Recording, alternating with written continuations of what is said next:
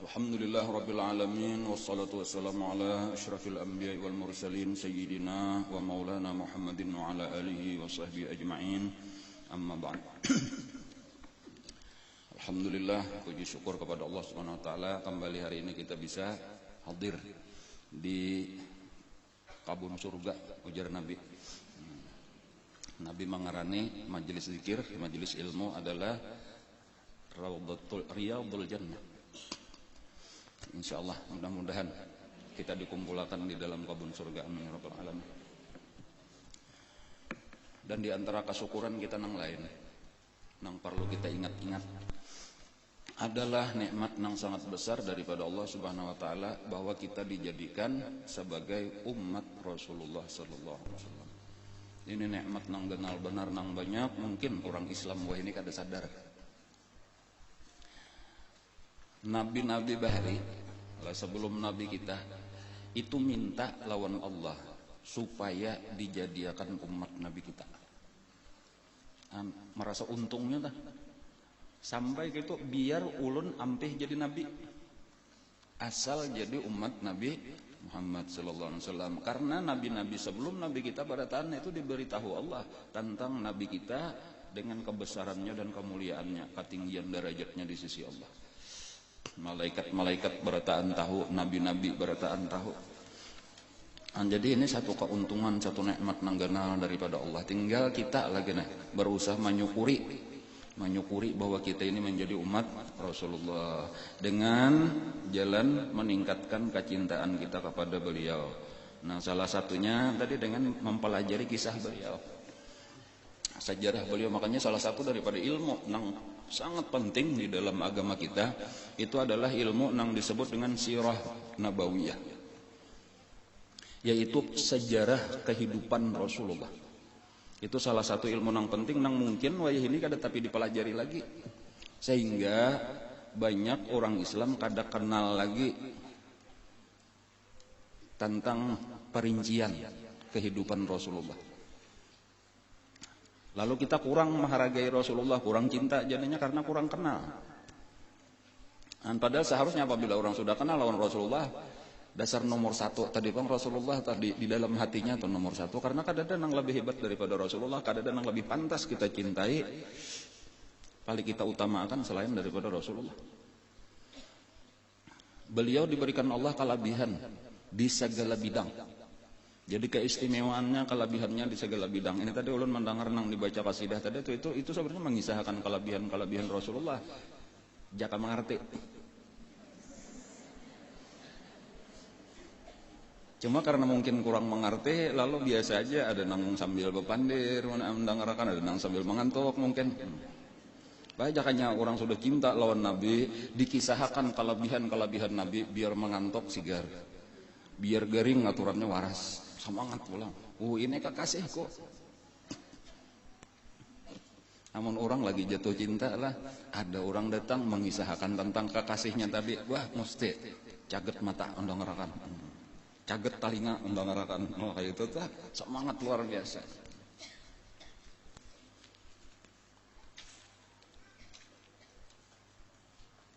Diumpamakan di sini Nabi kita itu seperti bulan yang indah. Qamarun wa jamil itu artinya bulan yang indah. Jadi itu sidenan Nabi, junjungan kita Rasulullah itu adalah qamarun jamil. Sebujulan asalnya kayak itu. Tasbih kalau di dalam balaghah, telah belajar balaghah telah. Tasbih itu rukunnya ada musyabbah, ngarannya ada musyabbah bih, kemudian ada wajh syabah atau wajh syibih.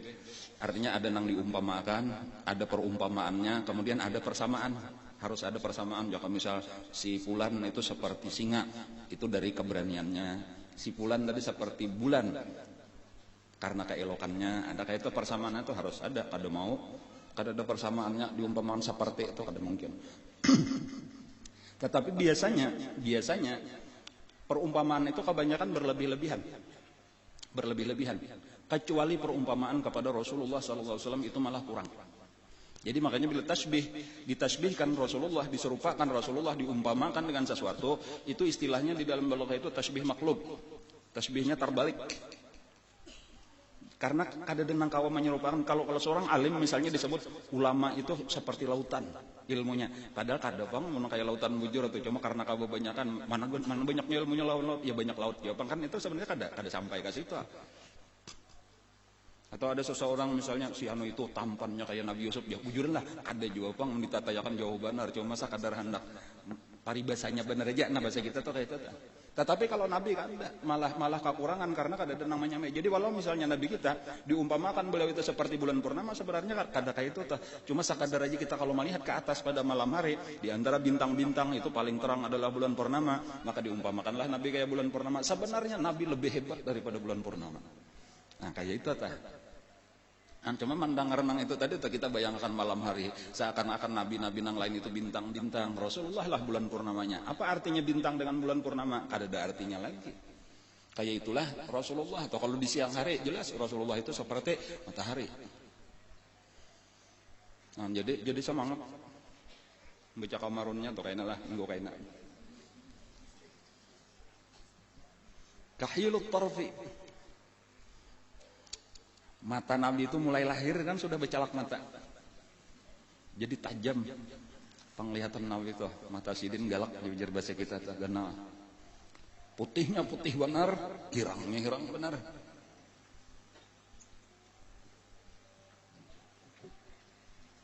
Dhahukus sin. Apa arti dhahukus sin? Murah senyum. Tersenyum Nabi kita. Bila menghadapi siapapun kasih sayang. Jadi itu terkenal Nabi kita itu sebelum apa ngaranna sebelum kenabian sudah kayak itu. Ujar Siti Aisyah radhiyallahu anha telah pernah aku jasidin malam hari kayak itu menjahit lalu jarum gugur lampu pajah. Lalu datang Nabi masuk ke dalam kamar langsung kelihatan jarum tadi. Bahiyut talah. Terang cahaya Nabi itu. Eloknya luar biasa. Wa yamhu nuru jabhatihi dhalam. Kegelapan itu hilang dengan cahaya jabhah itu apa? Dahinya Rasulullah tuh. Itu menghilangkan kegelapan malam hari. Jangankan mulai Rasulullah zaman Abdullah aja tuh Abbasidin sudah kayak itu tuh karena di tulang belakangnya Abdullah itu mengandung nurnya Rasulullah. Kayak itu bila sidin berjalan di malam hari itu rumah nang di kiri kanan sidin di gang itu berjalan rumah di kiri kanan tuh tarang kawa orang melihat dari dalam rumah itu ada cahaya masuk kayak orang besang setarungking jarang mesti Abdullah nang lalu. Apalagi nang aslinya Rasulullah tuh. Tangannya Rasulullah kayak apa? Kaful Mustafa keluar dinari seperti bunga mawar yang mekar. Lembut. Kan sakit lah tangan menjapai bunga mawar itu kadang nyopang nyaman menjapai itu halus. Kadang pernah ujar Sayyidina Anas aku menyentuh telapak tangan lebih lembut daripada telapak tangan Rasulullah. Wa itruhaya buqa idza massat ayadi. Harumnya itu berhari-hari bakas orang bersalaman lawan Rasulullah. Kepala kakanakan adalah kepala kakanakan lebih kusut oleh Rasulullah. Itu orang mencium sudah seminggu, nena bakas ano, bakas dijapai Rasulullah aja, iya sudah seminggu bang, masih harum kepala kakanakan. Talapak tangan Rasulullah kayak itu.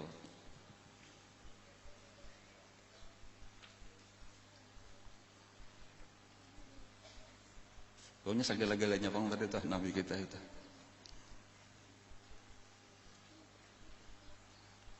Ludahnya ludah kalau kita tahu kada bagus Allah wariqul Mustafa yashfil alil itu jadi obat jadi penyembuh. Wa ainu Qatadah fakhudha dalil matanya Qatadah itu sebagai dalil di perang Uhud ditimpa seorang di sini lengkap sampai pacul matanya terbuka lawan daging ini. Jadi jangan kita tatak aja semua kalian hanya di parban gitu. Jangan biar kata bawa aku kepada Nabi Muhammad. Di pingkutih aja nih menjadi lepas tak ungkap sampai KPP. Bawa ke hadapan Nabi, di pingkutih Nabi, ambil Nabi di tangan kata diludahi sidin, lalu dibulikakan pulang. Kembali seperti asal.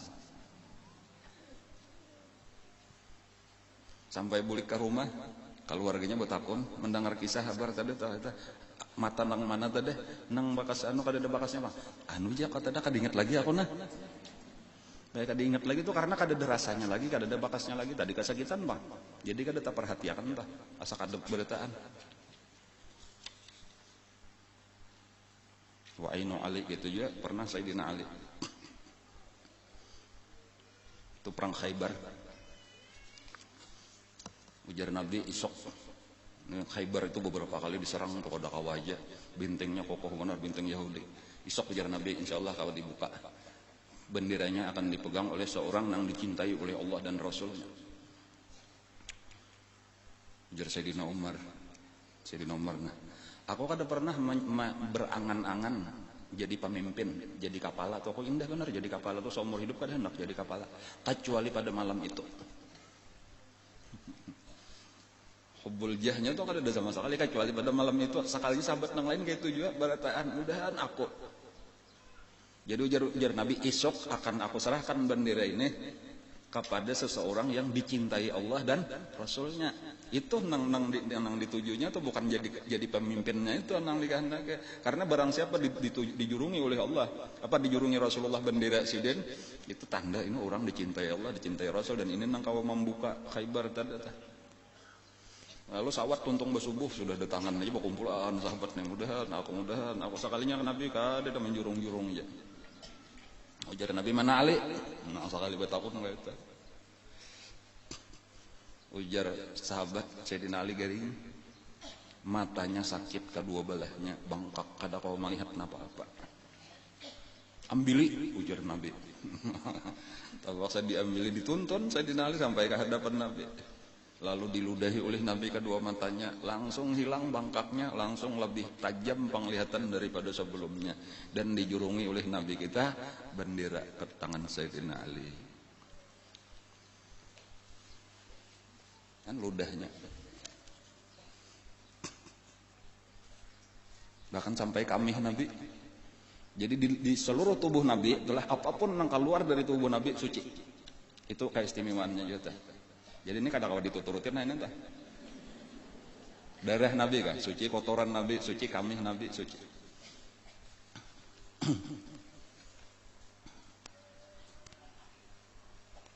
Jadi pernah Nabi punya kebiasaan orang di situ tulah di Makkah Madinah, entahnya kada ada WC di rumah kayak kita bang, atau zaman bahari ta. Menyebab kami bahira jauh, tapi bilanya di malam hari itu ya di wadah dah lo kayak itu di wadah pispot lah kalau orang lain itu. Jadi pernah Nabi kayak itu, kami sini pada malam hari karena kuliah turun di wadah. Ada bibinian di rumah itu, di rumah Nabi itu, nang tengah malam bangun haus. Lalu melihat ada banyu di wadah, dicium baunya harum. Lalu diminum. Kada mengira itu banyu kami, kada mengira. Jadi ketika sudah subuh Nabi bulik, ujar Nabi mana wadah nang di sini? Ujar nang bibinian tadi sudah ulun minum wahai Rasulullah. Tatawa Nabi kita tatawa. Ujar Nabi innaki lantas taki batnaki abada. Ujar Nabi bujuranna, ikam mulai saat ini sampai mati kada pernah lagi merasakan sakit parut. Dan bujuran kayak itulah sampai perempuan itu meninggal kada biasa sakit parut. Jadi obat. Cuma kada usah dicoba-coba nang kalau ay pina laki sakit parut di minome nah banyak kalau ampe sakit parut kalau pina bebangat. Itu kamihnya Rasulullah. Kan kehebatan sedikit dah. Wa irqul Mustafa lit-tibi tiba. Paluhnya Rasulullah itu bagi minyak harum itu sebagai pengharum. Artinya minyak harum amun ditatayakan lawan Rasulullah kayak baju putih. Ada harum lagi pencium gitu, napa ini? Padahal minyak harum tapi mantuk mencium paluhnya Rasulullah kalah. Jadi hendak harum minyak harum buat setitik barang dahulu paluhnya Rasulullah hanya harum itu ditatayan minyak harum nang ada nah. Tatayakan lawan paluhnya Nabi jadi hambar kada harum lagi. Kita biasa kalau makan wadai itu lah nang manis bener wadainya barang aja bingka kenapa kah?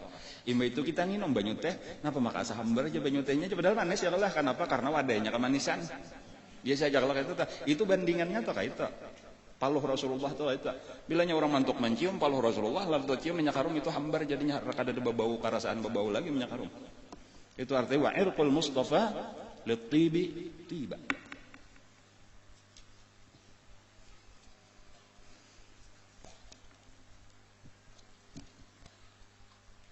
Walau dhillun lahu balkana nura. Nabi kita itu kada ada bercahaya, kada ada bayangan. Kalau sidin berjalan kada ada bayangannya, cahaya 100%. Jadi berjalan di tengah panas itu kada ada bayang kayak yang lain, ada. Karena sidin itu saikungan adalah nur.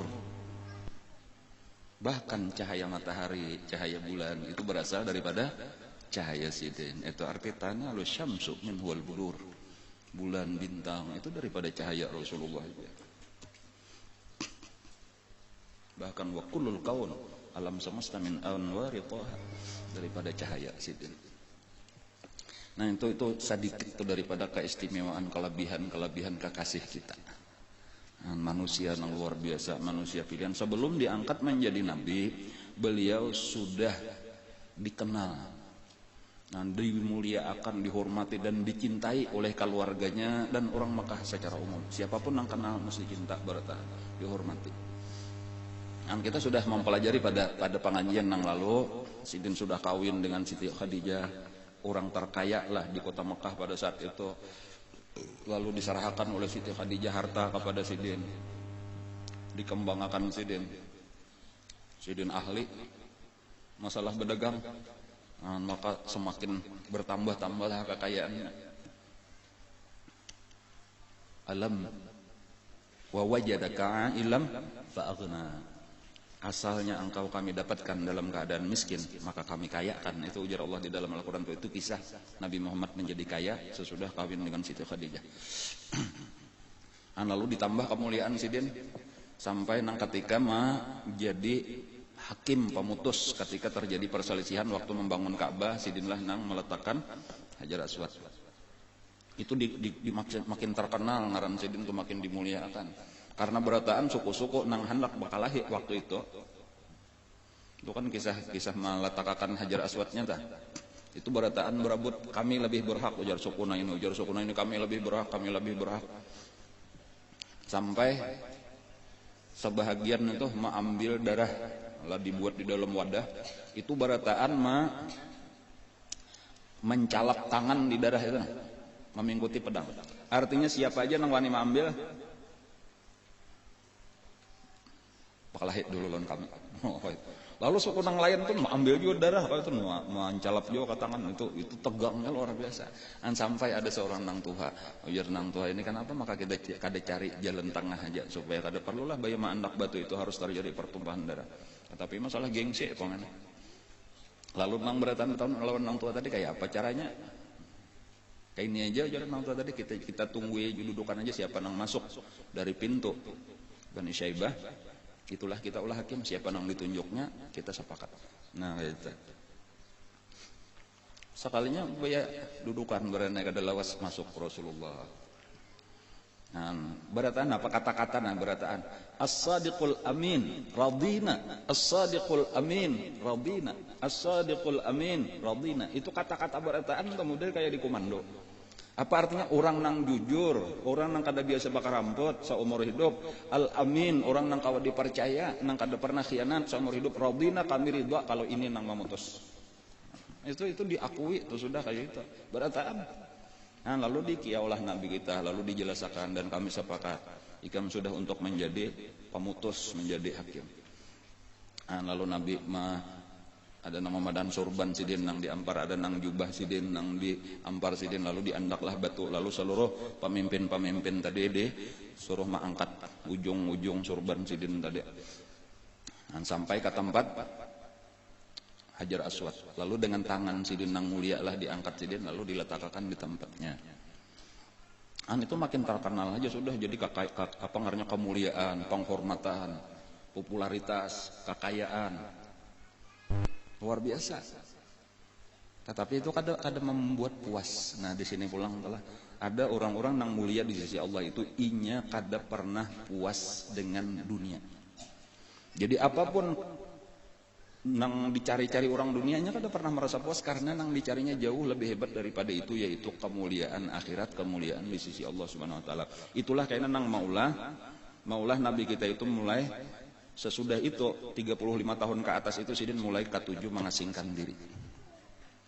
Dan karena merasa kada bukan ini nang aku cari di dalam kehidupan, bukan kekayaan, bukan jabatan, penghormatan, popularitas. Nah, ini satu pelajaran juga lawan kita tuh kayak itu Nabi kita tuh kada puas lawan itu. Kan manusia banyak nang di dalam Al-Qur'an disebutkan dzalika mablaghuhum minal ilm, ujar Allah. Cuma itulah puncak daripada pengetahuan mereka. Artinya apa? Dunia itu aja sangkannya bilanya di dunia itulah sudah puncaknya, atau bilanya banyak berduit itulah nang dituju terkenal, tadi itu bisian pangkat jabatan setinggi-tingginya itulah dikira tujuan hidup. Kada itu tuh. Karena kita cagar mati, kita cagar ke akhirat. Itu akhirat nang kita cari. Surga tempat nang dituju, dekat dengan Allah itu nang dicari. Dan cuma waktu itu kada tahu kayak apa caranya. Nah, inilah nang membuat Nabi bingung. Itulah nang sidin lalu menjauh dari orang banyak lalu tafakkur. Nah, jadi padahal tadi sudah mendapatkan kemuliaan macam-macam. Dan satu nang penting kita ingatlah. Nah, untuk kita penting untuk kita jadi ambil pelajaran daripada kisah Rasulullah ini, bahwa kelebihan Rasulullah tadi walau di dalam segala bidang itu nang paling menonjol, nang paling utama adalah akhlak sidin. Jadi tadi dari segi fisik apanya aja rupanya bagus kayak itu ya, kelulan apanya aja dirinciakan tadi itu, telapak tangannya, paluhnya, liurnya sampai kamihnya, senyumnya, matanya, talinganya, pendengarannya luar biasa. Tetapi nang dipuji oleh Allah, wa innaka la'ala khuluqin azim. Nah, jadi walau kita nih kada memiliki kayak Nabi secara fisik, kada kawa kalau kita lah hendak mata kayak mata Nabi, senyum kayak senyum Nabi kada kawa, pipi kayak pipi sidin kada kawa, rambut kayak rambut sidin kada kawa. Nah, tetapi nang disuruh kita ikuti nang utama adalah akhlak. Jadi Nabi itu diberikan Allah kelebihan nang utamanya itu akhlak sidin, kasih sayang, lemah lembut kepada orang lain, kada penyarikan, pemurah, suka menolong, kayak itu. Di antara tanda atau di antara bukti kebaikan akhlak Rasulullah yaitu kisah seseorang budak nang bangaran Zaid bin Harisah. Jadi itu salah satu contoh benar aja telah dari akhlak Nabi sebelum sidin jadi Nabi. Jadi kadang yang sudah jadi Nabi itu turun Quran lalu dibimbing lalu akhlaknya jadi baik. Sebelumnya kadang-kadang kayak itu Nabi kita itu akhlaknya bagus mulai lagi halus. Dan salah satu buktinya tadi adalah kisah Zaid bin Harisah. Zaid bin Harisah itu orang Yaman, mungkin pernah ulun kisahkan dulu telah. Nah, waktu itu masih kekanakan halus. Terjadi peperangan antar suku di Yaman dari Bani Kalab ngaranna. Walhasil Zaid itu terpisah daripada abahnya Harisah, sadana terpisah dan menjadi tawanan. Lalu diulah jadi budak oleh suku nang menawan ini tadi. Lalu dijual lah. Ada satu riwayat nang jelas itu dijual di pasar dekat Makkah. Ada nang menyebutkan bahwa nang manukari itu langsung Siti Khadijah, tetapi ada nang menyebutkan Mamarina daripada Siti Khadijah nang manukari. Walhasil dibariakan lawan Siti Khadijah. Kayak itu ringkasnya itu menjadi budak Siti Khadijah radhiyallahu anha. Masih kekanakan ya, umur nang 9-10 tahun lah kurang lebih kayak itu. Lalu sesudah kawin lawan Siti Khadijah itu dibariakan oleh Siti Khadijah budak itu untuk melayani Rasulullah. Nah, jadi menjadi budaknya Rasulullah, ngarannya tadi Zaid bin Harisah. Orang tuanya kada tahu di mana anaknya kada tahu. Nah, lalu di sini nenang diantaranya nampak akhlak Rasulullah. Ini budak, tetapi perlakuan sidin balain lawan majikan-majikan nang lain terhadap budaknya, kasih sayangnya luar biasa, kayak keluarga seorang, kayak anak seorang diperlakukan, dididik, dilajari, disayangi.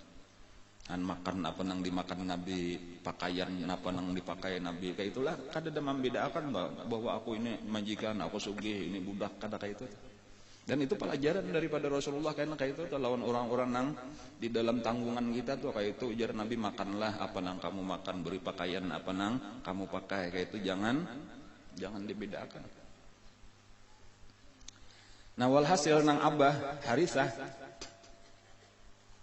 itu mencari, nah kemana-mana kada bertemuan, dan bepasan aja siapapun nang ada di kampung. Nah sampai termasuk ada orang kampungnya itu ketika hendak tulakan haji, kan haji ini mulai zaman Nabi Ibrahim, itu bilang berataan anulah kayaknya dilihat di Makkah, kalau kebetulan anakku itu bahaji juga kayaknya ikan bertemuan di Makkah.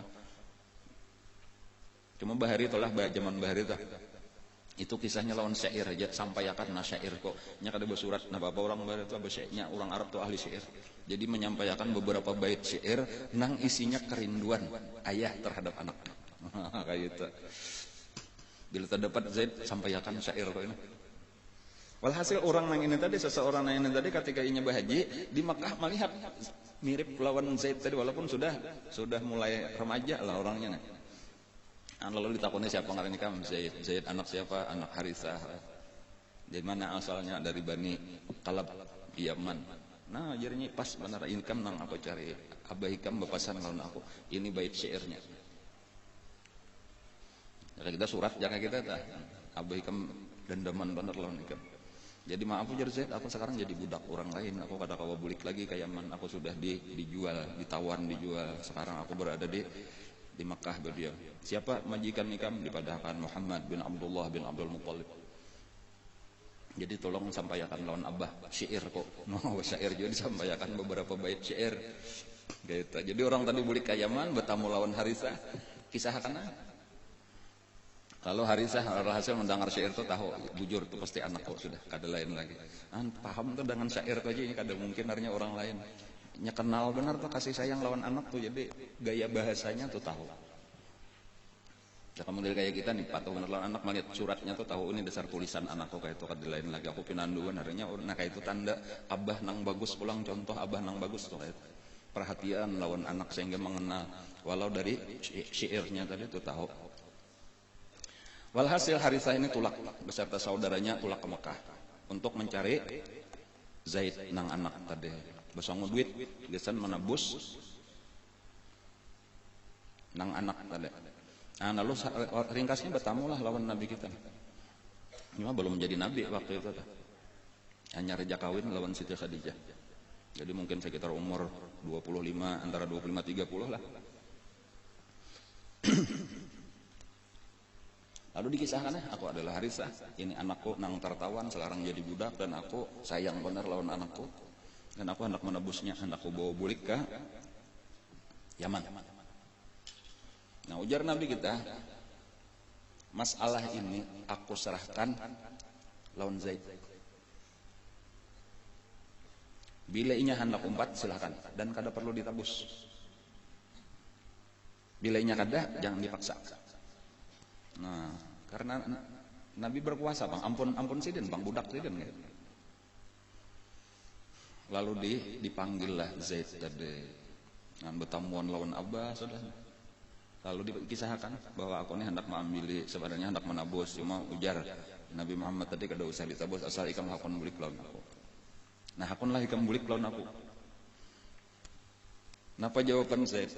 Kada hakun sekali. La akhtaru ala ahadin Muhammad.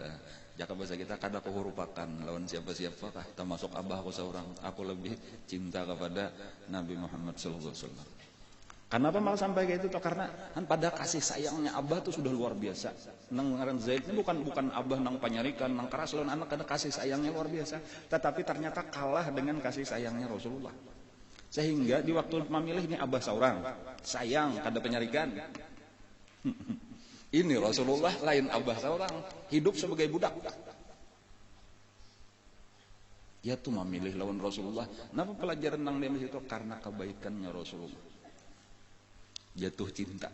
Zaid lawan Nabi kada kawat pisah. Lalu imbah itu imbahnya sudah memilih, aku memilih lawan Nabi Muhammad kada nok empat. Itu merasa kecewa, Harisah atau merasa kecewa. Kayak nikah anakku sekalinya. Lebih sayang lawan orang. Nah, maka untuk menghilangkan kekecewaan itulah dipadahkan oleh Nabi kita, ini Zaid aku merdekakan dan sekarang ini aku angkat menjadi anak. Jadi zaman itu anak angkat masih boleh. Yarisuni wa arisu. Kaina inya mawaris lawan aku mawaris lawan inya. Itu bahari tenangaran anak angkat itu sampai kepada hukum waris, anak bujur jadinya. Walaupun karena beberapa waktu kemudian itu turun ayat yang membatalkan pengangkatan anak di dalam hukum Islam. Jadi kada berlaku lagi. jadi sejak saat itulah disebut Zaid bin Muhammad. Nah, kayak itu kayaknya kisahnya. Cuma insyaallah kayaknya mudahan bertamuan pulang kisah itu tah. Dikawinakan Zaid itu kayaknya lawan Ummu Aiman. Ummu Aiman itu pengasuh Nabi sejak bayi. Budaknya Siti Aminah, budaknya Abdullah. Melahirkan Usamah bin Zaid. Nah, tadi kita kembali kepada kisah Rasulullah sallallahu supaya urutannya tak susun lah sedikit walaupun kada tak susun benar Pak. Jadi sesudah merehab membangun kembali Ka'bah tadi Nabi kita dimuliakan, dihormati, semakin terkenal dari sisi nama semakin besar, kayak itu pengaruh semakin besar, harta kekayaan melimpah. Ada yang meriwayatkan bahwa kekayaan Nabi kita dengan Siti Khadijah itu sama dengan kekayaan seluruh pedagang yang ada di Mekah.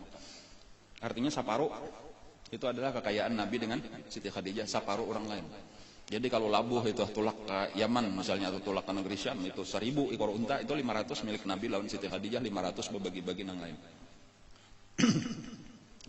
Itu untuk menunjukkan bahwa Nabi kan ada mencari harta lagi sih. Kalaunya ada nama orang hendak mencari popularitas supaya sugih, itu orang sudah sugih terdahulu. Mencari popularitasnya sudah top terdahulu. Keturunan Nabi Ismail pulang. Bahkan waktu itu Mamarina Nabi nang paling berkuasa di Mekah ta. Sesudah Kai Sidin Abdul Muthalib itu Abu Thalib pulang nang lawan saudara-saudaranya lah nang mau urus Ka'bah. Nah urus banyu zam-zam dan sebagainya tuh, mau urus rifadah, hijabah, siqayah, ngaranya itu istilah-istilah petugas yang bertanggung jawab urusan haji. Itu ada yang menyiapkan kalambu Ka'bah, ada yang menyiapkan apa ngarannya itu ada air zam-zam, menyiapkan makanan rifadah tuh, makanan kesan orang haji gratis, ada panitianya khusus. Dan itu bubuhan keluarga Rasulullah aja. Nah tetapi tadi Nabi merasakan kegelisahan gitu aja melihat kenapa banyak benar nang kada cocok lawan hati sidin. Di antaranya tadi penyembahan kepada berhala, patung-patung di sekeliling Ka'bah. Belum lagi kehidupan nang jahiliyah tadi luar biasa, sudah kerusakan akhlak. Dan sementara Nabi tadi akhlaknya nang bagus. Di antaranya minum-minuman keras itu jadi kebiasaan, sudah nongoran berjudi itu sudah jadi kebiasaan, pelacuran itu kebiasaan. Nah disitulah nang Nabi kita tadi mulai ketujuh mengasingkan diri dan sidin memilih tempat di Jabal Nur ngarannya. Ada satu gua nang bernama Gua Hira. Besangu roti karing lawan banyu zam-zam. Karena roti itu dicampur lawan banyu tadi diulah bubur dimakan, itulah nang dibawa sidin.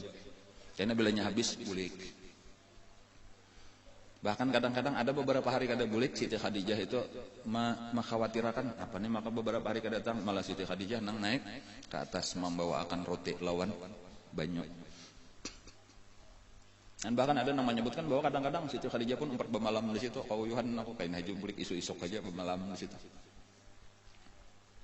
Gawian Nabi kada lain adalah beribadah. Ibadahnya cara nang didapat sidin dari peninggalan orang tua yaitu nang ditinggali oleh Nabi Ibrahim alaihissalam. Jadi masih ada lagi sedikit peninggalan cara beribadah itu. Ada yang menyebutkan bahwa sembahyang itu waktu itu nang Nabi Ibrahim itu 2 kali sehari, sebelum terbit matahari, kemudian sesudah sebelum tenggelam matahari.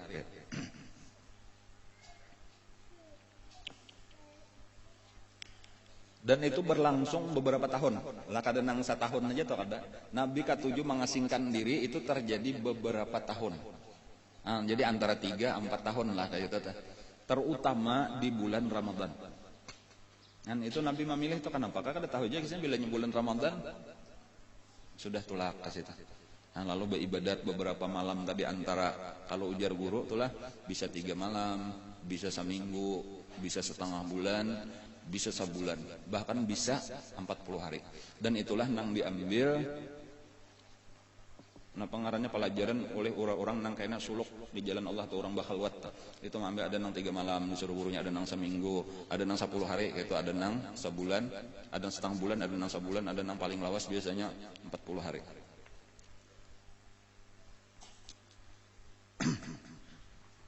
Sampai akhirnya umur Nabi kita memasuki usia 40 lah, 40 tahun. Nabi lahir bulan Rabiul Awal ya Allah. Jadi ketika usia 40 tahun itu mulai nang dirasakan perubahan oleh Rasulullah adalah disebut ar-ru'ya as-sadiqah. Jadi mulai memasuki 40 tahun itu nang terasa tuh hal nang baru dialami oleh Nabi disebut ar-ru'ya as-sadiqah, yaitu mimpi yang benar. Nah, kan kadang-kadang mimpi ini ada nang kada kakaruan gitu, ada mimpi kada kakaruan gitu aja tah, macam-macam ditampuk sapi dan ya Allah. Sasahi orang gila ya Allah kayak itu tah. Apakah atau mimpinya berluncat-luncat bahan sini tahu-tahu tak kemana kah pulang gitu tuh kada beraturan mimpinya tuh, ada ini mimpinya beraturan gitu. An bisa kenyataan, dan setiap mimpi ar-ru'ya as-sadiqah itu adalah mimpi yang benar tadi tah. An baik-baik di dalam apa nang sesuai lawan nang dilihat ataupun sesuai dengan tafsir apa nang dilihat, atau bisa kenyataan sebagaimana dilihat itulah nang terjadi esok harinya atau beberapa hari kemudian, atau secara tafsirnya kayak ini seharusnya dan sesuai dengan tafsir itulah nang terjadi. Dan itu berlangsung kurang lebih 6 bulan. Jadi Nabi mengalami ar-ru'ya as-sadiqah itu mulai umur 40 tahun, artinya bulan Rabiul Awal sampai bulan puasa. Kan 40 tahun, 6 bulan. Rabiul Awal, Rabiul Akhir, Jumadil Awal, Jumadil Akhir, Rajab, Sya'ban. Di bulan Ramadan lah beliau diangkat menjadi Nabi. Jadi kalau Nabi kita itu, kalau dihitung mulai bulan Ramadan itu, ya kadang mulai bulan Rabiul Awal, umur 40, sampai kena pulang Rabiul Awal, umur 63 tahun, sebenarnya itu 23 tahun. Tetapi kalau memandang kepada bulan puasanya diangkat menerima wahyu pertama berarti cuma 22 tahun setengah, kayak itu kurang lebih itu masa kenabian sidin ya Allah. Cuma ujar Nabi sendiri, ar-ru'ya as-sadiqah juz'un min sittatin wa arba'ina juz'an minan nubuwah. Mimpi yang benar itu adalah satu juzuk, satu bagian daripada 46 bagian kenabian. Jadi itu bagian daripada kenabian juga, walaupun belum resmi turun Al-Quran. Dan itu dialami oleh Nabi kurang lebih 6 bulan. Dan kayaknya ada di dalam hadis Nabi pulang, lam yabqa minan nubuwah, imbah sudah Nabi kita terakhir nih, habis aku Nabi terakhir, jadi Nabi kata nah, walam yabqa minan nubuwah illal mubasyirat ay ar-ru'ya as-sadiqah. Tidak ada tersisa lagi ujar Nabi, habis sudah Nabi, aku penutup Nabi, dan tidak ada lagi daripada kenabian itu kecuali ar-ru'ya as-sadiqah. Jadi ru'ya as-sadiqah itu mimpi nang benar itu akan terus tersisa sampai hari kiamat. Nah, jadi nang ada lagi daripada nang dialami oleh Nabi itu tak tinggal bisa diwarisi oleh umatnya ar-ru'ya as-sadiqah, mimpi-mimpi nang benar. Adapun nang lain sisanya 45 bagiannya itu dialami oleh Nabi saurangan. Napa aja kada tahu kita. Nabi aja yang mengalaminya itu. Napa apakah itu tidak termasuk didatangi malaikat Jibril. Ya kalau disampaikan wahyu, termasuk langsung terbuka hijab lawan Allah Taala. Misalnya telah nang disubalah waktu Nabi kita Isra Mi'raj. Napa apakah lagi bagian-bagiannya lah. Cuma Nabi memadahkan gitulah. Bagian kenabian itu soalnya totalnya adalah 46 bagian. Satu bagiannya disebut ar-ru'yah as-shadiqah, dan ini tersisa kesan umat sidin sampai hari kiamat. Jadi ada pembagian yang bagus di situlah 23 tahun kan, amannya diambil 6 bulan tuh 23 tahun kali 2 kan 46 bagian. Cuma kita ada tahun apa-apa persisnya nang sisanya.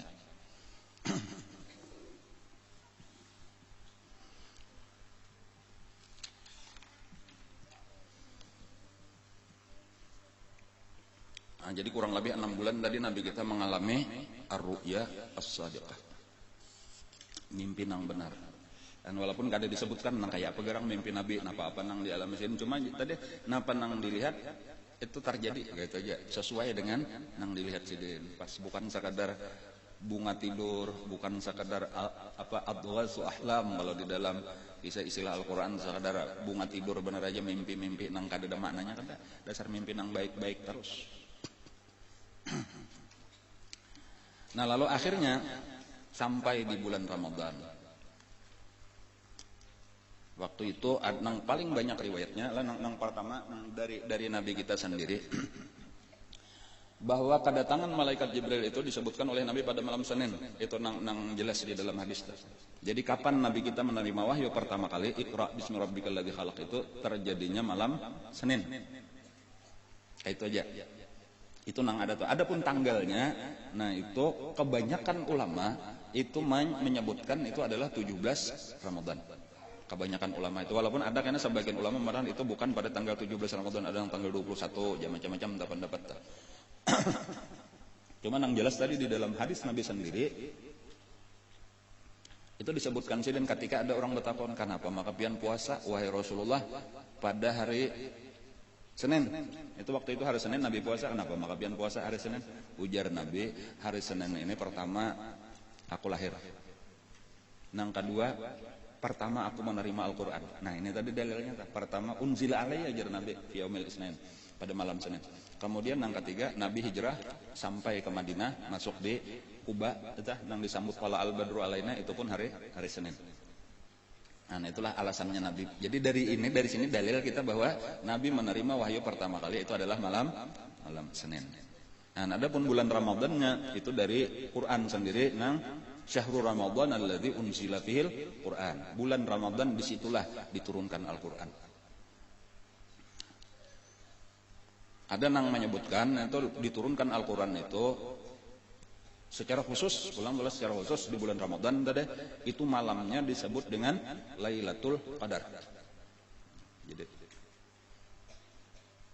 inna anzalnahu fi Lailatul Qadar. Sungguh kami menurunkan Al-Quran itu pada Lailatul Qadar, malam yang besar ukurannya, malam yang besar nilainya.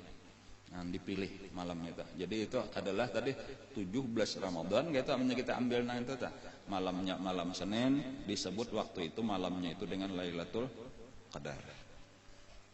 Nah, dan ada yang menyebutkan tadi diturunkan Al-Quran itu dari Lauhul Mahfuz itu ke langit dunia itu seluruhnya. Sabukuan Quran diturunkan dari Lauhul Mahfuz ke langit dunia pada malam itu. Cuma dari Lauhul Mahfuz dari langit dunia di satu tempat diandak nangarnya Baitul Izzah. Jadi ada di tempat di langit itu, langit dunia itu artinya langit pertama nang di atas bumi. Nah, itu ada satu tempat ngaranya Baitul Izzah. Dan jangan dikira kayak apa ke Qurannya tuh. Pokoknya kata kaum bayangkan kita. Sahuruf aja Quran itu tulisannya lebih ganal daripada Gunung Uhud lah. Kada gampang kadang halus kayak Quran kita tuh. Besar Al-Quran. Ini pun kayaknya satu pelajaran juga, karena kita ini menganggap kadang-kadang melawan Quran terasa biasa-biasa aja karena sudah terbiasa tuh kada tahu nilainya Al-Quran itu besar. Luar biasa.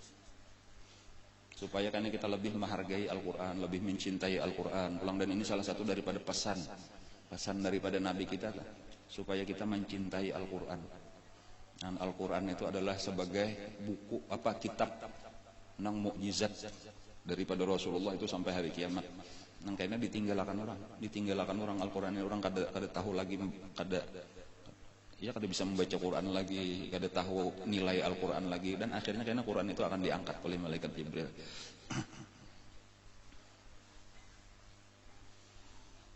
Walhasil Nabi kita tuh pada malam hari itu tetap beribadah sebagaimana biasa sebulanan tadi tuh, artinya mulai awal sampai tanggal 17 itu tiba-tiba datanglah seorang laki-laki. Artinya malaikat Jibril menyerupa seperti seorang laki-laki.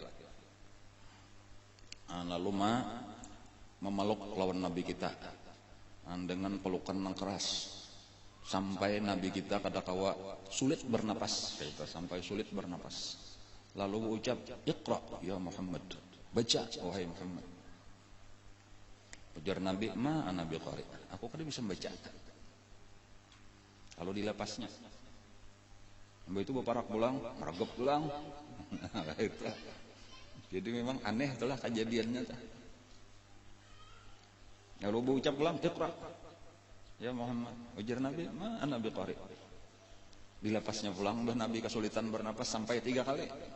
Nah sesudah yang ketiga dilepas lalu dibacakannya, "Iqra bismi rabbikal ladzi khalaq, khalaqal insana min 'alaq, Iqra wa rabbukal akram, alladzi 'allama bil qalam, 'allamal insana ma lam ya'lam." Jadi ini ayat 5 ayat yang pertama turun kepada Rasulullah. Ya sedikit pelajaran lah yang kita ambil daripada 5 ayat ini penting lah, karena ini pertama-tama ayat, berarti seharusnya pertama-tama lah yang jadi perhatian kita juga daripada Al-Qur'an. Perintah untuk membaca. Nah, kayak itu telah. Jadi Iqra. Ini perhatiannya gasan kita dah. Kenapa maksudnya perintah membaca? Ya secara umum perintah untuk menuntut ilmu. Itu perintah untuk menuntut ilmu. Jadi tugas kita yang penting adalah menuntut ilmu. Nah, ilmu yang dituntut nang mana? Ya ilmu agama, maksudnya itu ilmu yang diturunkan Allah kepada Rasulullah. Yang sumbernya Quran hadis itu yang dituntut, yang pemulaan tugas kita tuh, karena Allah menurunkan bacaan yang pemulaan Iqra. Bukan surah Fatihah, bukan alif lam mim, bukan ayat kursi.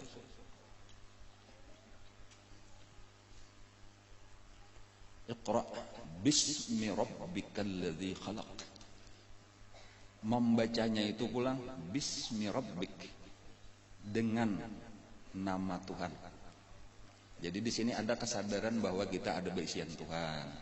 Bahwa berarti bilanya ada beisian Tuhan berarti kita ngarannya apa? Nah, bila Rabb itu Tuhan, kita ini ngarannya abad, abdun, hamba. Jadi kita belajarnya itu dengan pertolongan Allah. Arti bismi rabbika dengan pertolongan Tuhan kamu.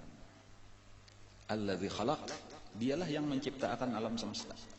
Nah, jadi kesadaran pulang bahwa sabujurannya tuh bumi seluruhnya, langit, bumi dan isinya ini adalah ulahan Allah. Nah, nang seharusnya inyalah nang kita sembah, kita taati. Gitu jangan sampai kita menurutakan nang lain, nafsu nang diturutakan syaitan, nang diturutakan atau manusia nang kita turutakan, sementara maulah kita kada memberi rezeki kita kada, malah nang maulah memberi rezeki, memberi hidayah ini kada kita perhatikan. Khalaqal insana min 'alaq. Allah Ta'ala menciptakan manusia dari segumpal darah.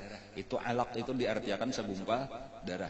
Segumpal darah itu biasa juga diartikan sebenarnya kalau dari segi bahasa alaqa ya'laqu itu artinya menempel, menggantung. Jadi itu sperma laki-laki. Nah, lawan ngarannya apa ya? Sel telur upum daripada perempuan itu apabila sudah bertemu itu menempel di dinding rahim apabila cagar jadi anak. Beratus-ratus tahun kemudian sesudah turun ayat Al-Quran, sesudah turun Quran, hanya orang-orang barat itu meneliti. Jadi ditemukan tuh proses perubahan dari sperma sampai jadi bayi itu persis sebagaimana ada di dalam Al-Quran. Jadi sudah ilmu modern canggih, sudah ada macam-macam alat tah. Hanya kayak apa garang perubahan daripada sperma tadi ngarannya dari laki-laki atau mani laki-laki bertemu lawan sel telur bibinian tadi yang ada di dalam rahimnya, tenang sel telur itu apabila kada dibuahi karena inya keluar bersama dengan darah haid. Apabila nya dibuahi tadi barikat lalu ia nang bibinan kada haid lagi atau berarti cagar berenak gitu tah. Hamil. Kan itu hanyar aja tuh hanyar beberapa ratus kemudian mungkin sudah 1000 tahun daripada turunnya Al-Qur'an. Itu membuktikan untuk kehebatan kebenaran Al-Qur'an sebenarnya kebenaran nabi kita gitu. Karena kada mungkin nabi kita itu mah ada belajar dari mana itu kayak itu nang di dalam parut bang berlapis-lapis. Kada kalau dilihat ya. Kan hanyar waihi ini ada nang USG ngarannya atau kawa alat mendeteksi nang di dalam rahim tugin kada nampak benar juga. Walau sudah 4 dimensi masih tak salah aja. Ulun saurang kada salah 2 kali di antara anak ulun tuh tentang salah terus tah. Lalakian aja. Ujar nang memeriksa nah, awalnya mau nyakal luar bibinian. Padahal napa aja maka kayaknya anu aja ulun kira benar aja tali pusat kira-kira tuh aja. Kayak itu. Nah, dilihat ini pinak-pinak kayak anunya kayak itu nah kalamin lalakian gitu padahal kada tantu juga tadi bisa tali pusat benar aja tali lihat. Sekalinya banyak keluar benar bisa tak salah juga kayak itu tuh ya Allah. Antu USG ngarannya tah. Ada proses perubahannya kan lawan itu tadi malah oh ini sekian bentuknya ini sudah. Khalaqal insana min 'alaq. Iqra. Ulang-ulang Iqra. Bacalah 2 kali perintah Iqra itu penekanan bener aja dah supaya kita bujur-bujur tadi belajar nih mengaji supaya berilmu. Rabbukal akram. Dan Tuhanmu adalah nang paling pemurah, paling mulia.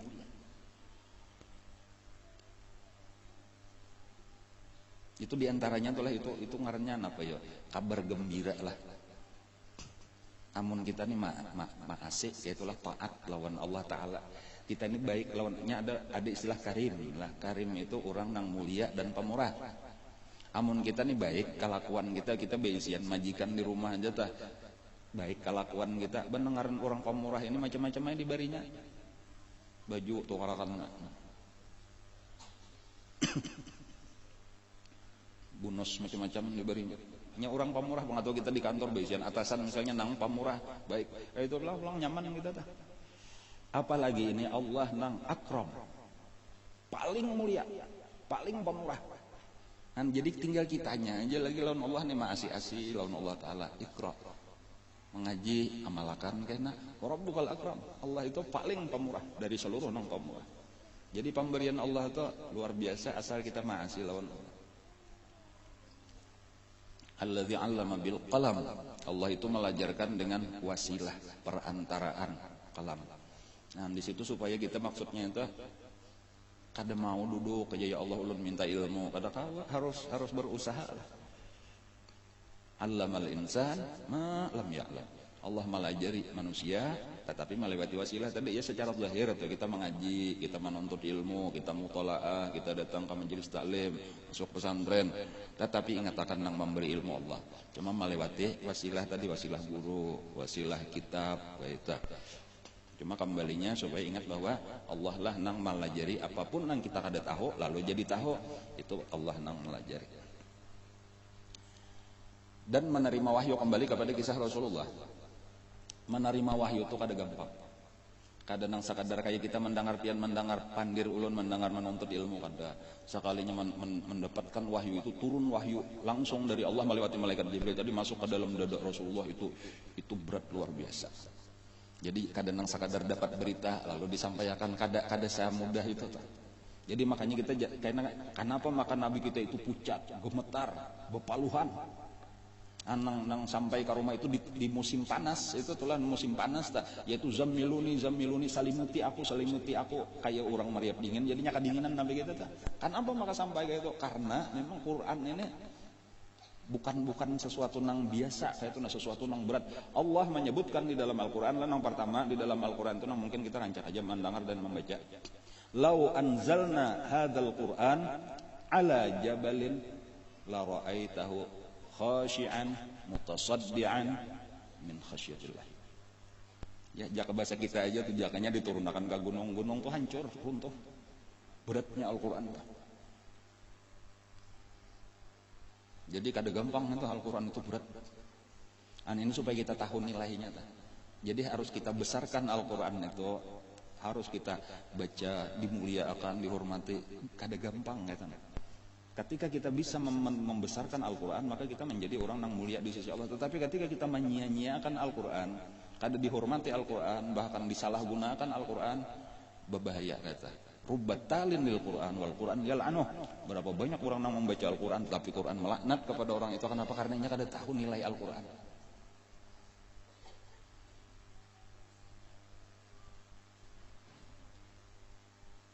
Jadi ini salah satu yang penting pulang untuk kita ingat-ingatakan dah, supaya Al-Quran ini dihargai. Ya kita mah hidup akan kembali lah ilmu sejak guru kita tuh lah. Jadi mungkin kita nih pendidikan kita dahulu salah, kayak itu banyak kita salah kita nih pendidikan kita nih. Nah lalu mulailah kita bujurakan, di antaranya tadi mulai menghargai Al-Quran. Jadi ulun sendiri tuh merasakan banyak benar kekurangan dari itu, karena mengaji kan sudah tuha juga ulun nah. Ulun mengaji sudah beranak saikong. Tulak ke Martapura dah, anak saikong sudah dibawa, walau masih halus waktu itu anak pertama ulun umur 9 bulan. Jadi seorang ini masih jaka kayak zaman tuh kada tahu juga pendidikan agama nang bujur tuh nang cara Rasulullah tuh kada tahu juga asal sekolah, bahkan masuk pesantren kayak itu aja juga nang penting belajar tamat untung habis saya sudah begini bercari sampai kayak itulah sudah. Kada mengerti nengaran agama Islam pendidikan Rasulullah tuh kayak apa tuh kada tahu kisah. Nah, cuma alhamdulillah tadi berkat ada terdapat lawan wali Allah Ta'ala, lalu dapat pendidikan, lalu mengerti, lalu diperbaikilah kekurangan-kekurangan. Salah satu kekurangan yang ulun rasakan terhadap Al-Quran, seharusnya Al-Quran itu sudah masuk ke dalam dada kita itu mulai lagi halus. Jadi ulun terserang sampai ini kada hafal Al-Quran. Kenapa? Karena memang salah pendidikan kayak itu bahari. Jadi nang bujur kayak pegang nang bujur, seharusnya ulama-ulama itu Quran itu awal-awal pendidikan Quran masuk ke dalam dada. Kayaknya ilmunya betundaan. Idza qara'nahu fattabi' Qur'ana, kayaknya betundaan summa inna alaina bayana. Ada kita kan kada kayak itu cara kita tah. Jadi mungkin kayaknya tuh untuk pendidikan nang ke depan tuh diperbaiki nang kayak itu. Jadi dimasukkan dulu Quran itu ke dalam dada, dihafali. Ujar Nabi sendiri, ulama-ulama Nabi itu kayaknya diantara ciri-cirinya adalah anajiluhum fi sudurihim, itu Injil mereka. Artinya kalau Injilnya orang Nasrani itu sekadar di buku-buku, tetapi kalau kitab sucinya orang Islam itu di dalam dadanya ulama. Artinya jelasnya apa ngaran ulama itu, syaratnya ulama itu hafal Quran dulu. Jadi makanya kalau kita memperhatikan guru kita, misalnya sidin Quran itu dihafal, sidin bahkan sampai tafsirnya guru kita itu hafal tafsir Jalalain. Kadang Qurannya aja tuh tafsirnya tuh hafal huruf kata per kata tuh. Jadi makanya tuh mengerti, tapi nyata bila sidin baca Quran di dalam pengajian tuh dibacakan sidin tafsirnya tuh nang dibaca sidin sambil bahasa tuh tafsir Jalalain. Cuma orang kada tahu benar ya don paham ini jona tafsir Jalalain biasa membaca, cuma seorang kada hafal, cuma tahu sidin hafal tah. Itu penghargaan lawan Al-Quran.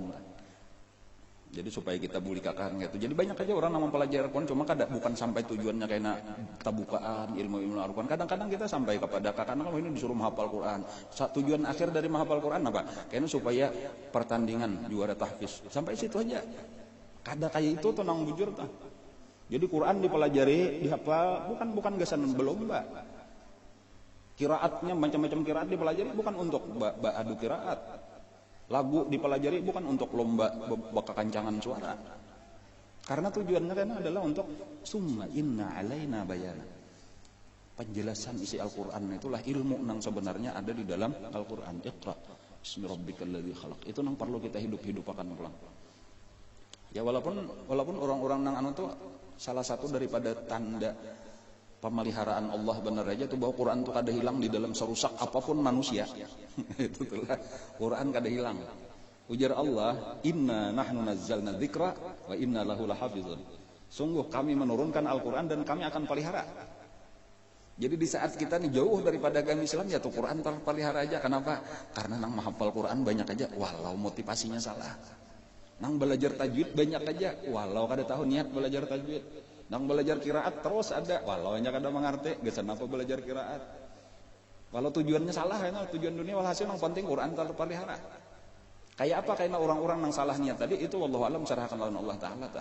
Bisa ajanya diampuni Allah karenanya berjasa tadi boleh jadi disiksa Allah wallahu alam. Tetapi nang jelas Quran itu seharusnya dipelajari dipelajari tadi untuk diamalkan, untuk dipahami isinya itu nang iyanya. Dan kayak itulah ulama-ulama nang bujur tah. Ilmu-ilmu nang benar itu tersimpan di dalam Al-Qur'an. Nah kayak itulah tadi maka Nabi kita langsung bulik ke rumah tadi gemetar, pucat, Nabi kita bepaluh, menggigil tubuh sidin, nah, lalu zammiluni, ujar Nabi kita artinya salimuti aku. Nah, lalu barabah Nabi kita lalu disalimutilah oleh Siti Khadijah. Di rumah Nabi lah ada Siti Khadijah bin Sidin, kemudian ada Zaid bin Harisah, pembantu Sidin.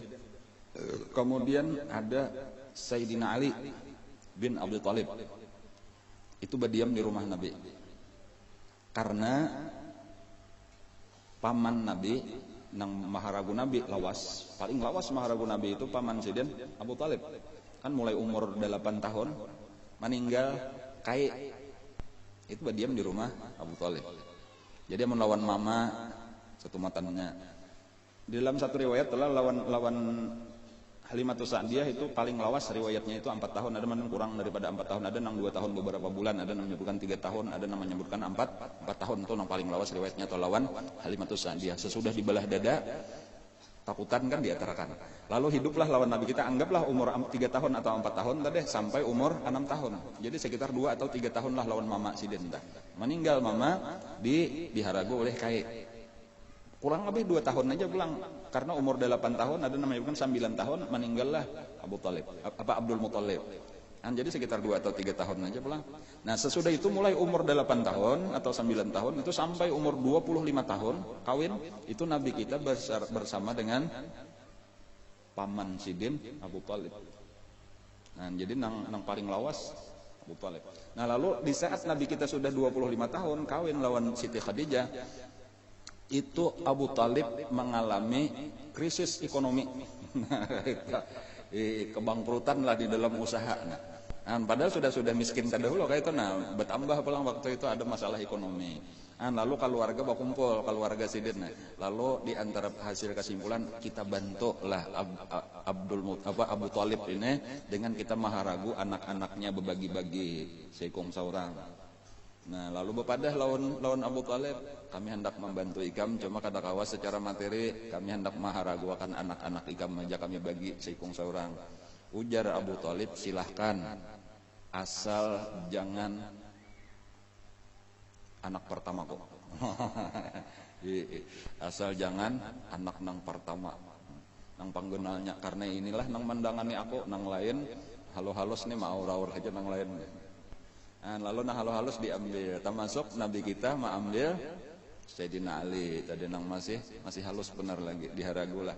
Nah, ada anak-anak nang lain lagi, keluarga nang lain. Ada Ja'far bin Abi Thalib juga itu diharagu oleh Sayyidina Abbas. Ada nang diharagu oleh Abu Lahab, ada juga paman-paman memarina nih maharagu. Jadi nang di rumah Nabi tadi diantaranya adalah selain bini Nabi, kemudian ada Zaid bin Harithah, kemudian ada Sayyidina Ali, kemudian ada beberapa orang anak Nabi, karena Nabi waktu itu sudah beisian anak. Cuma sebagian sudah meninggal nang lalakiannya dah. Cuma nang masih ada bibinian ada Zainab, kemudian ada Ruqayyah, kemudian ada Ummu Kulsum.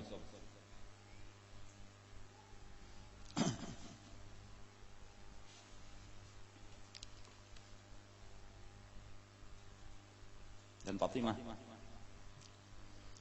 masih halus benar lagi. Kemudian ada juga beberapa orang anak daripada Siti Khadijah nang tadahulu. Kan Siti Khadijah itu sudah kawin dengan 2 orang laki-laki, tetapi keduanya meninggal.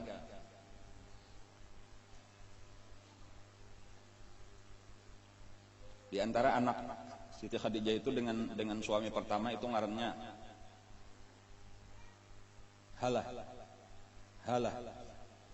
Lalakian namanya Halah.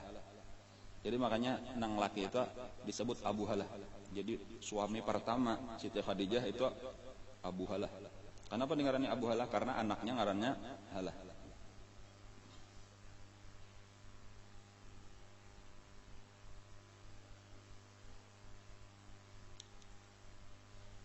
Ada lagi anak Siti Khadijah dengan suami nang kedua ngarannya Hindun, tetapi lalakian.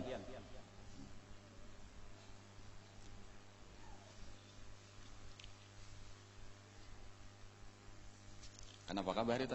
Ada pulang anak bibinian, anak Hindun naga, ngarannya Hindun juga bibinian. Jadi kayak itu bisa bibinian, bisa lalakian gitu. Jadi kadang-kadang membingungkan mendengar-ngaran zaman nantinya ada beberapa nama kayak itu nang cocok gasan lalakian, gasan bibinian. Di antaranya Hindun itu kalau orang Arab tuh bisa bibinian, bisa lalakian. Ada Su'ad itu bisa lalakian, bisa bibinian.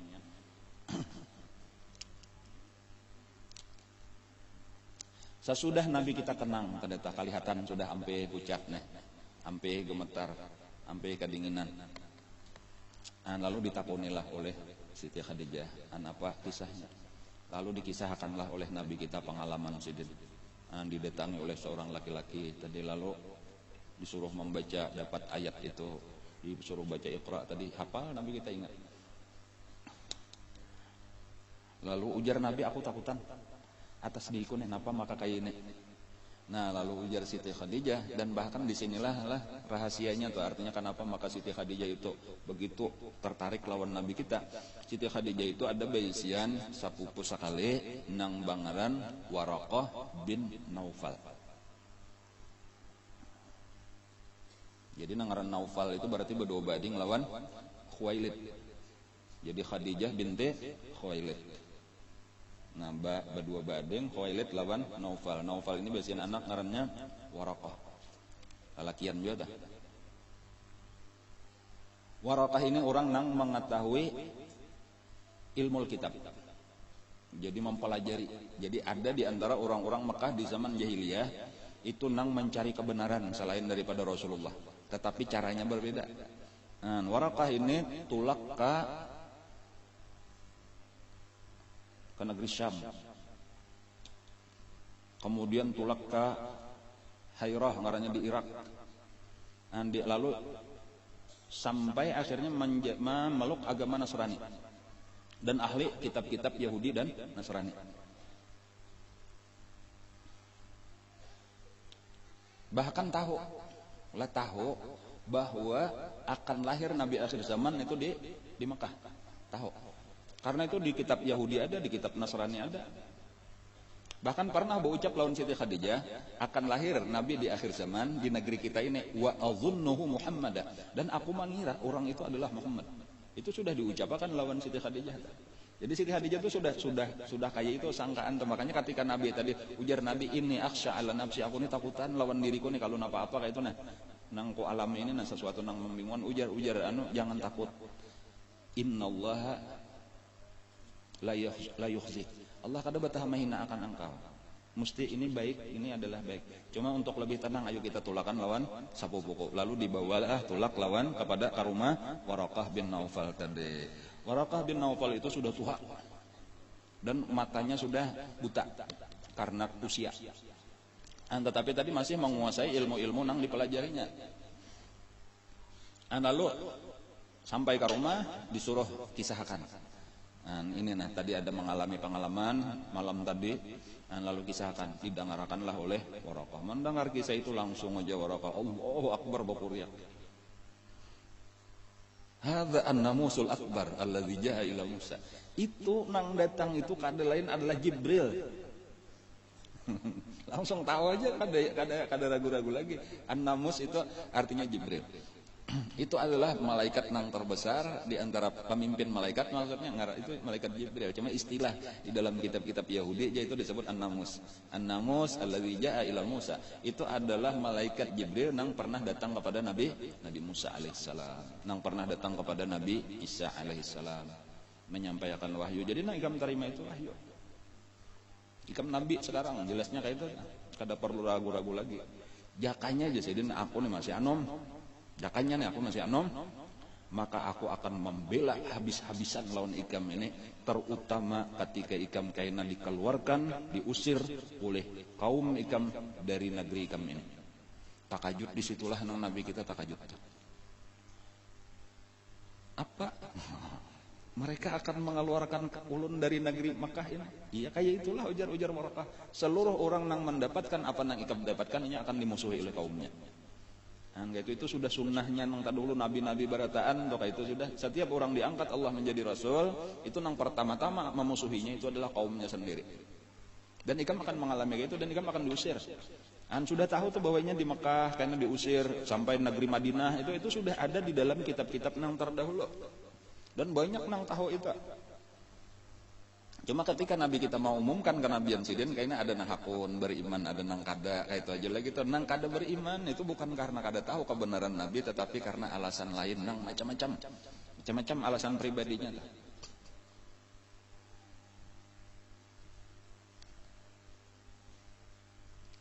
Gengsi diantaranya tuh, gengsi. Nah lalu kayak itulah tadi Nabi sudah mulai merasakan kejelasan karena penang diterima. Nah lalu sudah yakin bahwa ini adalah malaikat Jibril, ini dari Allah, bahwa aku ini bujur aja. Nah lalu Nabi kita bulik pulang. Beberapa hari kemudian tuh bulik pulang. Bahkan disebutkan sampai hari raya jaka kita telah sampai awal-awal Syawal itu Nabi masih di gua Hira beribadah kepada Allah. Tetapi, nah ada sebuting tetapinya dulu nana. Tetapi kadada lagi datang malaikat Jibril. Lalu itulah yang menimbulkan kegelisahan. Pulang nih, kenapa maka kadada datang lagi? Padahal kan menunggu-nunggu kelanjutannya. Nah, ini beberapa hari kadada datang. Itulah yang disebut masa fatratul wahyi, artinya masa kekosongan wahyu.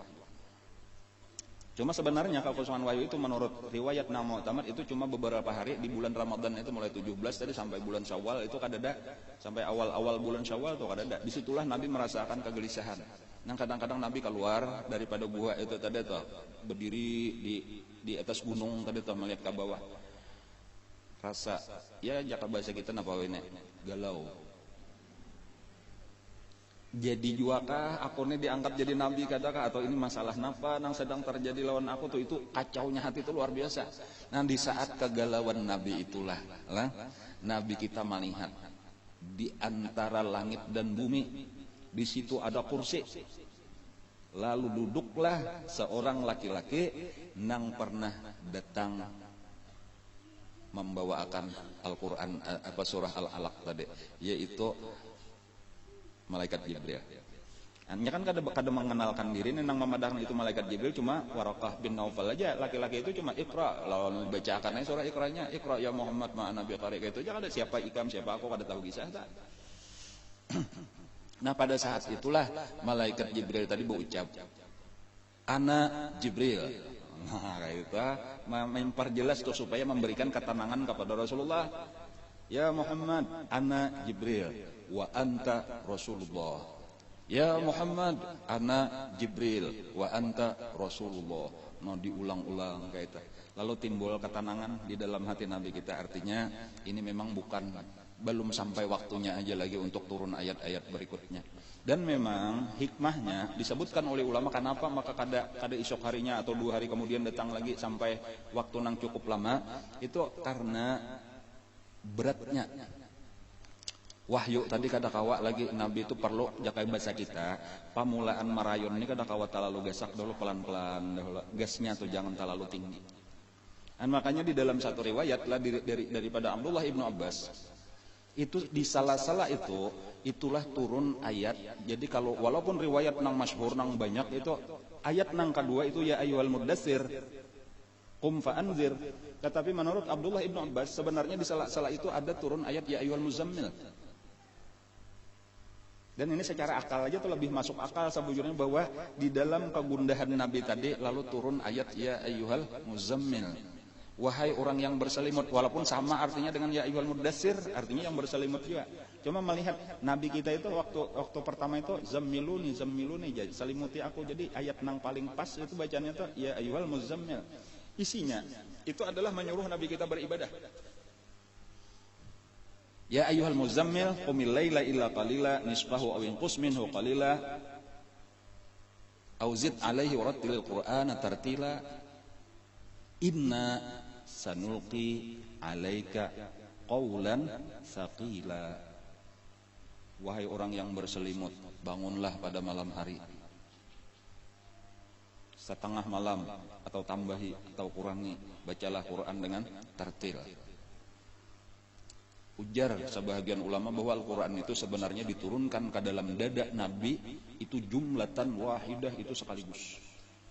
Jadi Quran itu turun ke dalam dada Rasulullah itu sebukuan sudah. Tetapi secara formalnya turun perlahan-lahan sesuai dengan keperluan. Itu yang menjadi dalil kuat pendapat itu adalah di dalam Al-Quran sendiri. Wala tuharrik lisanaka litakjalah. Janganlah engkau menggerakkan lidah engkau untuk menyegerakannya. Itu pahamannya ketika malaikat Jibril membaca tuh Nabi mah iringi juga karena sudah hafal tadahulu. Bedi diam aja dangarakan aja dahulu. Fa idza qara'nahu fattabi' Qur'an. Dangarakan kami membaca karena peraturannya kayak itu. Walaupun sudah hafal tadahulu Quran sabukuan sudah diturunkan ke dalam dada. Itu dalilnya tuh. Jadi Nabi sudah diberi Allah Ta'ala itu Quran sabukuan itu untuk ketenangan Nabi. Lalu disuruh beribadat. Nah kenapa tadi maka disuruh beribadat lalu waktunya lawas hanya ya ayyuhal mudatsir qum fa'anzir. Itu diantaranya tadi pelajaran gesan kita bahwa ilmu itu untuk yang pertama tadi diamalkan dulu gesan saurang, lalu beribadat, lalu mental kuat. Apalagi sambungan di dalam ayat itu inna sanulqi 'alaika qaulan tsaqila. Kami akan menurunkan kepada engkau ini perkataan yang berat. Ya tadi Quran itu diturunkan ke gunung runtuh, gunung kada tahan. Jadi kayak itulah Nabi kita dipersiapkan dulu. Lalu mbak itu kayaknya hanyar turun di bulan Syawal, inilah kisahnya jadi bulan Ramadan, bulan Syawal itu Allah alam telah antara pertengahan atau akhir bulan Syawal itulah turun ya ayyuhal mudatsir. Disitulah kayaknya awal-awal Nabi kita mulai berdakwah. Jadi asal gesan sidin saurangan aja ketika turun ya ayyuhal mudatsir maka Nabi kita memulailah dakwah, tetapi disebut ad-dakwah as-sirriyah. Dakwah sembunyi-sembunyi. Jadi karena insya Allah nang akan datang sambungannya pulang mulai babak kehidupan Nabi nang baru yaitu mulai melaksanakan dakwah sesudah turun ya ayyuhal mudatsir. Mudah-mudahan nang kita pelajari menjadi ilmu nang bermanfaat. Amin ya rabbal alamin. Al-Fatihah ala hadratin Nabi a'udzubillahi minasyaitonir rajim. Bismillahirrahmanirrahim. Alhamdulillahi rabbil alamin arrahmanirrahim maliki yaumiddin. Iyyaka na'budu wa iyyaka nasta'in ihdinas siratal mustaqim siratal ladzina an'amta 'alaihim ghairil maghdubi 'alaihim waladdallin. آمين يا رب العالمين. بسم الله الرحمن الرحيم. الحمد لله رب العالمين. اللهم صل وسلم على سيدنا محمد وعلى آله وصحبه أجمعين. اللهم انفعنا بما علمتنا وعلمنا ما ينفعنا وزدنا علما. والحمد لله على كل حال. نعوذ بالله من حال أهل النار. نسألك حبك وحب من يحبك بكل عمل يقربنا إلى حبك. اللهم استر عيب معلمين عنا ولا تزد بركات علومهم عنا. اللهم إنا نسألك الإخلاص في طلب العلم وفي نشره وفي جميع طاعات. وصلى الله على سيدنا محمد وعلى آله وصحبه وسلم. الحمد لله رب العالمين. تقبل الله منكم.